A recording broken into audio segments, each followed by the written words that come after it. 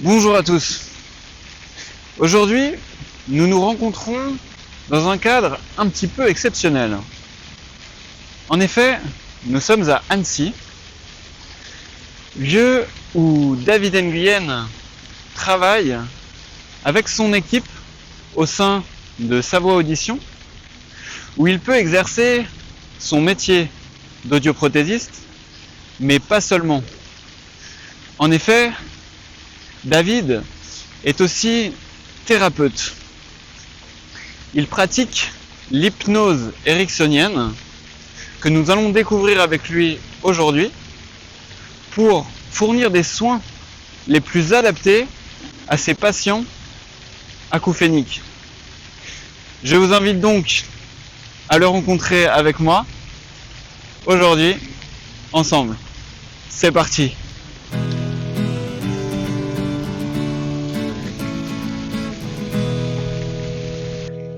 Bonjour Monsieur Nguyen. Bonjour. Merci de nous accueillir dans votre laboratoire à Annecy.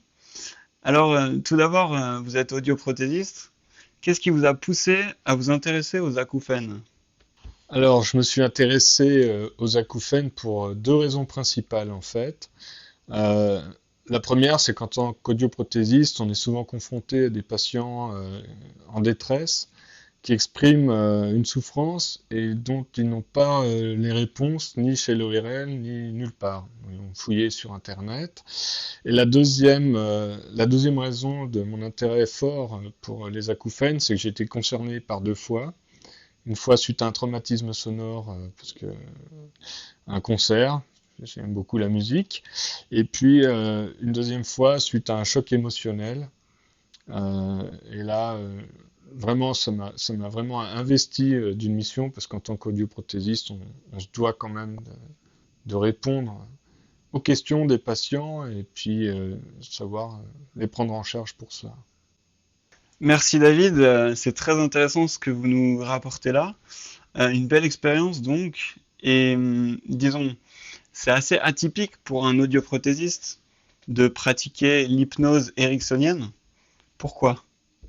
Alors l'hypnose, ça m'est venu suite à une lecture d'un ouvrage d'été dont l'écrivain est un saventurier qui est suisse, Bertrand Piccard, qui a fait le tour du monde en ballon, puis après qui a fait l'aventure Solar Impulse, et qui est à la base psychanalyste euh, et qui pratique l'hypnose. Et son livre, j'ai trouvé extraordinaire, qui m'a beaucoup inspiré, influencé, qui m'a appris même en philosophie, etc.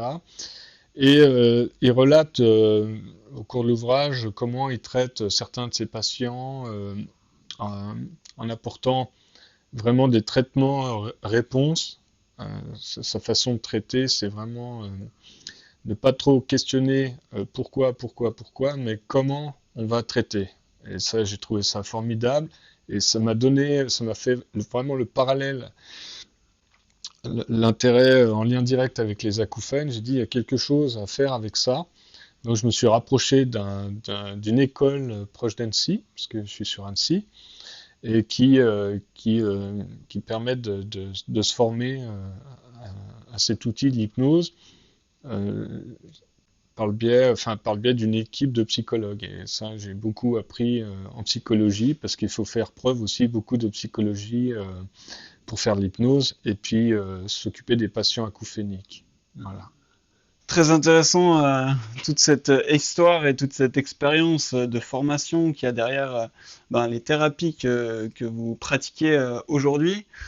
Euh, Est-ce que vous avez des conseils aux patients acouphéniques qui souhaiteraient mettre terme à leurs acouphènes aujourd'hui? En fait, le conseil, c'est justement le mot conseil.